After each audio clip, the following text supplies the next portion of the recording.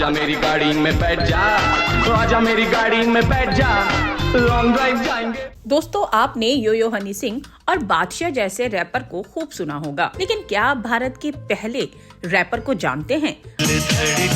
मेरा दिल धड़की, कोई नहीं जाने। आज कहानी भारत के ऐसे पहले रैपर की जिसने ऐसे ऐसे हिट गाने दिए जो आज भी नहीं निकल पाए हैं लोगों के दिलो दिमाग से।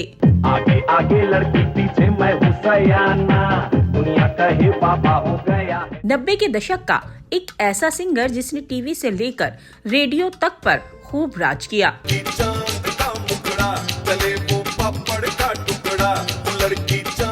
एक ऐसा मशहूर इंडियन रैपर जो किसी भी चीज को बदल देता था, ऐसे रैप में जो जाकर सीधे दिमाग में बस जाता था। के बिहार के मेरे फ्रेंड्स चुप चुप गाड़ी में बैठे, रात के बजे 11:30 मुझे सर्दी लगी। वो मशहूर रैपर जिसके स्टारडम ने उसे बना दिया था साउथ की फिल्मों का खूंखार खलनायक, और इन्हीं उपलब्धियों की वजह से हिंदी फिल्मों में भी मिलने लगे थे हीरो के ऑफर। अरे तुम लोग निकलो रे बाबा, हॉस्पिटल का नियम नहीं, यहाँ मेरा नियम चलता है, माझा नियम। लेकिन अचानक ऐसा क्या हुआ कि इस सिंगर पर शोहरत ही पड़ गई थी इतनी भारी कि हिट होने के बावजूद भी देश छोड़कर भागना पड़ा।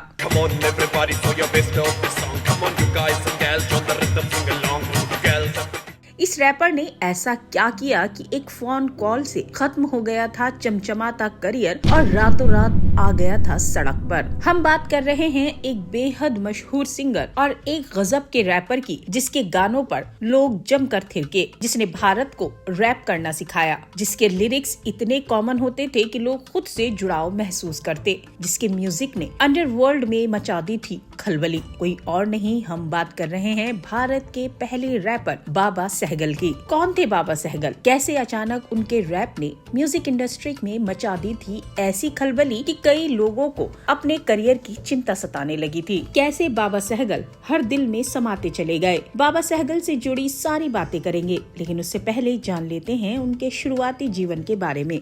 नमस्कार, आदाब, आप सभी का स्वागत है बॉलीवुड सिने बायोग्राफी के इस एपिसोड में।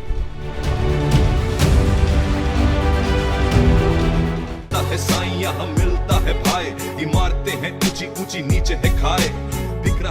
बाबा सहगल का जन्म 23 नवंबर 1965 को उत्तर प्रदेश के लखनऊ में हुआ था। उनके पिता का नाम जसपाल सिंह सहगल था। बाबा सहगल का असली नाम हरजीत सिंह सहगल है। उन्हें प्यार से बब्बू कहकर बुलाया जाता था। बब्बू यानी हरजीत बचपन से ही किशोर कुमार को पसंद करते थे। उन दिनों किशोर कुमार का गाया गीत मेरे सपनों की रानी कब आएगी तू मानो उनके दिलो दिमाग में समाया हुआ था, जिसे सोते जागते उठते बैठते वो गाते थे। मेरे सपनों की रानी कब आएगी तू, आए रुत मस्तान। उनके दिमाग में बस एक ही चीज चलती थी, वो ये कि एक दिन मुंबई जाकर किशोर कुमार जैसे बनेंगे। हालांकि घर में उनकी इस बात को कोई भी सीरियसली नहीं लेता था। बावजूद इसके हरजीत धुन के बहुत पक्के थे। जब भी घर में कोई मेहमान आता, मम्मी बब्बू को वही गाना गाने को कहती। गाना सुनकर सब ताली बजा देते और बब्बू को अपनी काबिलियत पर यकीन आ जाता था। सपना किशोर कुमार बनने का था, इसीलिए पढ़ाई लिखाई में ज्यादा ध्यान नहीं रहता था। सिर्फ गाना ही नहीं बल्कि हरजीत को एक्टिंग करने का भी बेहद शौक था। जब वो थोड़े बड़े हुए तो उनका एडमिशन स्कूल में करा दिया गया।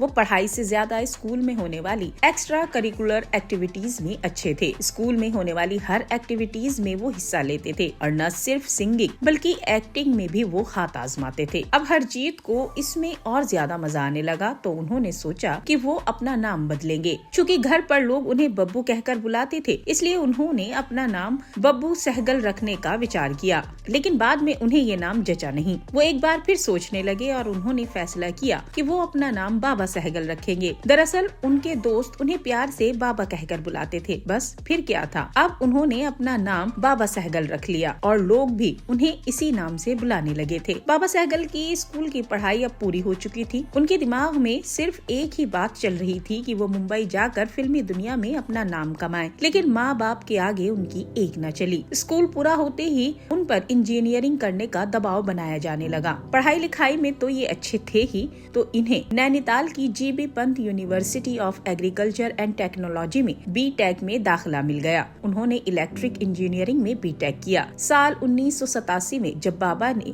इंजीनियरिंग पूरी की तो उन्हें अब इस बात का यकीन था कि वो अब मुंबई जाके अपना सपना जरूर पूरा करेंगे। लेकिन इनके पिता ये कभी नहीं चाहते थे कि ये मुंबई जाकर दर दर भटकने को मजबूर हों। वो सोचते थे कि अगर बेटे को मुंबई में कामयाबी नहीं मिली तो इसका जीवन बर्बाद हो जाएगा। अब पिता ने इन पर दबाव बनाना शुरू किया कि ये कोई बढ़िया सी नौकरी करें और मुंबई जाने को जिद छोड़ दें। पिता की जिद के सामने बाबा को झुकना ही पड़ा और इन्होंने इलाहाबाद में एक नौकरी करनी शुरू कर दी। उन्होंने कुछ दिन बाद इलाहाबाद और नैनीताल में काम किया। फिर वो डेसू यानी दिल्ली इलेक्ट्रिक सप्लाई अंडरटेकिंग में इंस्पेक्टर नियुक्त हो गए। इनका काम था बिजली चोरी करने वाले लोगों के ठिकानों पर रेड मारना। बाबा ने नौकरी तो शुरू कर दी थी, लेकिन उनका मन इस 9 से 5 की नौकरी में बिल्कुल नहीं लगता था। वो अपने आप को बंधा हुआ महसूस करते थे। उधर माता पिता को अब इस बात का सुकून था कि उनका बेटा एक अच्छी नौकरी पाकर सेट हो गया है, लेकिन बेटे के मन में कुछ और ही चल रहा था। एक दिन बाबा सहगल काम से घर लौटे और अपनी नौकरी से बुरी तरह ऊब चुके थे। अब उन्होंने फैसला कर लिया था कि वो अब एक और दिन भी नौकरी नहीं कर सकते हैं। उन्होंने अपनी माँ को फोन घुमा दिया और नौकरी छोड़ने की बात कही। बाबा के अचानक नौकरी छोड़ने की बात सुनकर माँ परेशान हो गयी। उन्होंने बहुत समझाया, तरह तरह की लॉजिकल बातें समझाई, मगर बाबा के दिमाग में सिर्फ एक ही बात घूम रही थी और वो थी मुंबई जाना है। इसके बाद बाबा ऑफिस में बिना बताए अपनी मारुति 800 कार लेकर दिल्ली से मुंबई के लिए निकल पड़े।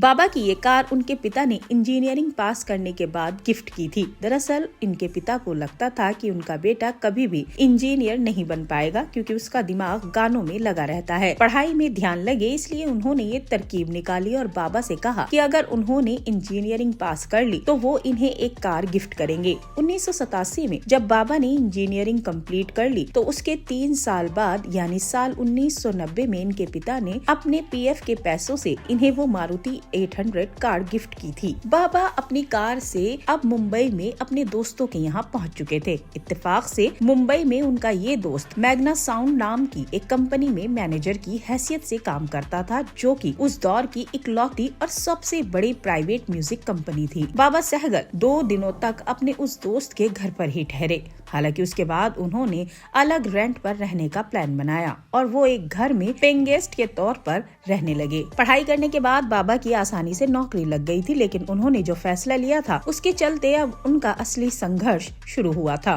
अब वो मुंबई में अपना करियर बनाने की जद्दोजहद में लग गए। हालांकि इनका दोस्त मैग्ना साउंड नाम की उस कंपनी में ऊंचे ओहदे पर काम कर रहा था, इसलिए उन्हें थोड़ी आसानी हो गई और उस दोस्त की मदद से बाबा ने अपने 2 एल्बम रिलीज किए, दिलरुबा और अली बाबा। मेरी दिलरुबा, मेरी दिलरुबा, मेरी दिलरुबा।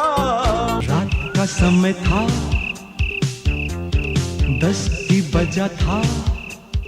ये वो वक्त था जब इंडिया में पॉप कल्चर का दौर नहीं था। लोग रैप को ज्यादा तवज्जो नहीं देते थे। इन्हीं वजहों से बाबा के वो दोनों एल्बम असफलता की भेंट चढ़ गए। एल्बम के पिटने का असर ये हुआ कि अब कंपनी ने भी हाथ खड़े कर लिए। कंपनी ने कहा कि अब हम और एल्बम नहीं बना सकते। वहीं दूसरी तरफ जब उनके पापा को ये बात पता चली तो उन्होंने फोन कर कहा कि वापस दिल्ली आ जाओ और दोबारा नौकरी ज्वाइन कर लो। अब बाबा ऐसे दोराहे पर खड़े थे जहाँ एक और नौकरी थी जिसमें पैसा था और दूसरी ओर उनके सपने थे। बहुत सोच विचार के बाद बाबा ने अपनी घिसी पिटी जिंदगी जीने के बजाय अपने सपने को चुना और वो एक बार फिर संघर्ष करने लग गए। बाबा सहगल इस समय अपने करियर को लेकर बहुत ज्यादा ही परेशान थे, लेकिन साथ ही साथ उनके अंदर कुछ कर गुजरने का जज्बा भी हिलोरे मार रहा था। कुदरत भी इंसान का जज्बा और मेहनत देखती है। सो बाबा के जीवन में भी एक ऐसा खूबसूरत इत्तेफाक आया जिसने उनकी जिंदगी बदल दी। दरअसल बाबा सहगल एक दिन मुंबई में अपने पड़ोसी के घर बैठे थे। उन दिनों भारत में पहली बार MTV चैनल प्रसारित होना शुरू हुआ था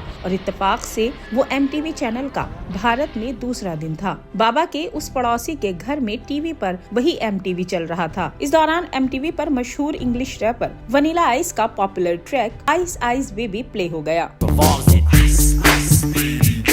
वो गाना बाबा सहगल को बेहद पसंद आया। उस गाने की धुन ने बाबा को बेहद प्रभावित किया और वो धुन बाबा के जहन में पूरी तरह से बस गई। अब बाबा ने सोचा कि वो भी इसी तरह एक गाना बनाएंगे। बाबा वहाँ से उठे और फौरन जाकर उन्होंने लिखना शुरू कर दिया। जब बाबा ने अपना लेखन पूरा किया तो वो मैग्ना साउंड में अपने दोस्त के पास गए और उन्होंने पूरी कंपनी के सामने अपनी लिखी वो लाइनें सुनाई। वो कंपनी जिसने आगे कोई भी एल्बम बनाने से मना कर दिया था, उसको बाबा की वो लाइनें बेहद पसंद आई। कंपनी में मौजूद हर शख्स ने बाबा के लिए तालियां बजाई। फिर क्या था, मैग्ना साउंड कंपनी के डायरेक्टर ने बाबा से कहा कि वो उनकी इस एल्बम को रिकॉर्ड करेंगे। लगभग 2 महीने बाद बाबा ने ठंडा ठंडा पानी नाम की अपनी एल्बम रिलीज की और रिलीज होते ही इस एल्बम ने ऐसी धूम मचाई कि बाबा की लोकप्रियता चरम पर पहुंच गई। बाबा रातों रात शोहरत की ऐसी बुलंदी पर पहुंच गए थे जहां उन्हें हर कोई जानना चाह रहा था। उस वक्त टाइम्स ऑफ इंडिया के फ्रंट पेज पर इनकी तस्वीर के साथ एक आर्टिकल छपा जिसका टाइटल था बाबा सहगल ठंडा ठंडा पानी creates waves in Indian music industry. इस तरह ठंडा ठंडा पानी बाबा का पहला पॉपुलर सॉन्ग बन चुका था। ठंडा ठंडा पानी, ठंडा ठंडा पानी। बाबा मशहूर तो हो गए थे लेकिन उन्हें चेहरे से कोई नहीं जानता था क्योंकि उस समय म्यूजिक वीडियोस चलन में नहीं थे। ऐसे में बाबा ने नया ट्रेंड शुरू किया। उन्होंने अपने एल्बम के एक गाने दिल धड़के का म्यूजिक वीडियो तैयार किया। इसमें बाबा के साथ एक्ट्रेस पूजा बेदी नजर आई थी। ये MTV पर दिखाया जाने वाला इंडिया का पहला म्यूजिक वीडियो था।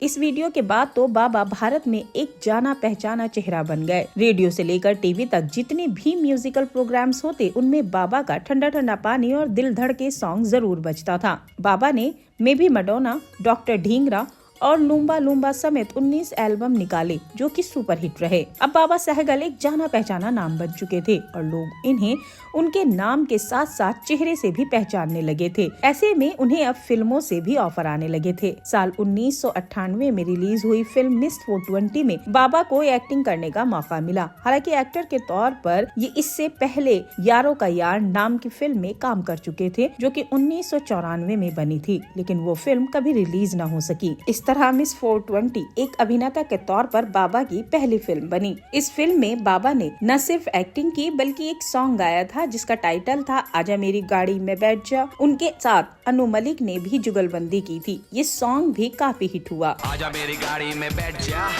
आजा मेरी गाड़ी में बैठ जा, आजा मेरी गाड़ी में बैठ जा। बाबा की शोहरत की गूंज अब नॉर्थ से साउथ तक पहुंच चुकी थी। उस समय सुपरहिट तमिल फिल्म रोजा का पॉपुलर ट्रैक रुक्मणी रुक्मणी का हिंदी वर्जन भी बाबा ने गाया था। रुक्मणी रुक्मणी, शादी के बाद क्या क्या हुआ, कौन हारा। बाबा अब जितना फेमस हो चुके थे उसी तरह उनके पास खूब पैसा भी आ रहा था। बैंक बैलेंस बढ़ा तो उन्होंने बॉम्बे में घर खरीद लिया। इसके अलावा लॉन पर भी एक प्रॉपर्टी खरीद ली। सब कुछ अच्छा चल रहा था कि अचानक मानो बाबा सहगल को किसी की नजर लग गई। बाबा की शोहरत उन्हें मालामाल कर रही थी कि तभी भारत में आर्थिक मंदी आनी शुरू हो गई। शेयर बाजार क्रैश हो गया। ये वो दौर था जब बॉलीवुड पर अंडरवर्ल्ड का साया पड़ने लगा था। बाबा हिट हुए तो उन्हें भी धमकी भरे कॉल आने लगे। शुरुआत में तो बाबा ने इस पर कोई खास ध्यान नहीं दिया, लेकिन उसी दौरान जब गुलशन कुमार की गोली मारकर हत्या कर दी गई तब बाबा सहगल को इसकी गंभीरता का एहसास हुआ। उधर हालात इतने बुरे हो चुके थे कि जिस कंपनी से बाबा के पास रॉयल्टी आती थी वो आनी बंद हो गई।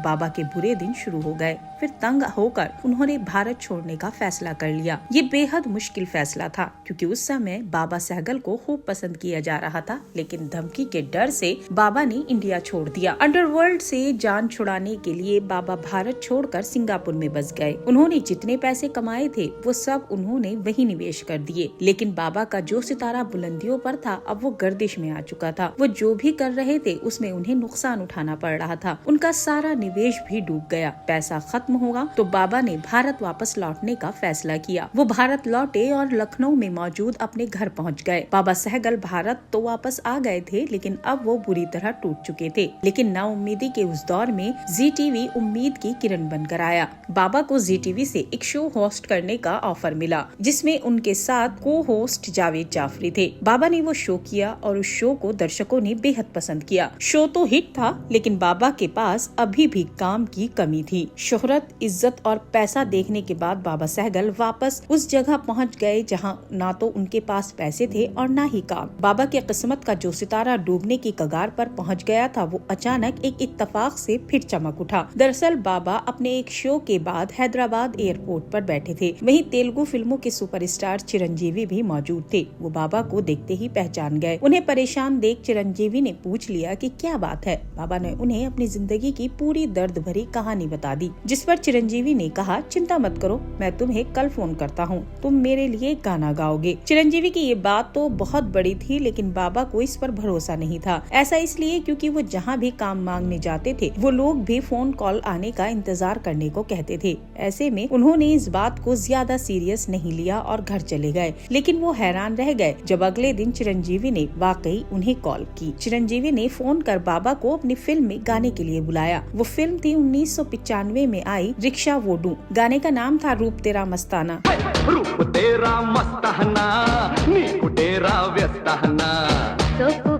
इसके बाद से बाबा का तेलुगु फिल्मों में सिंगिंग करियर शुरू हो गया। बाबा को तेलुगु फिल्म इंडस्ट्री से एक से बढ़कर एक ऑफर आने लगे।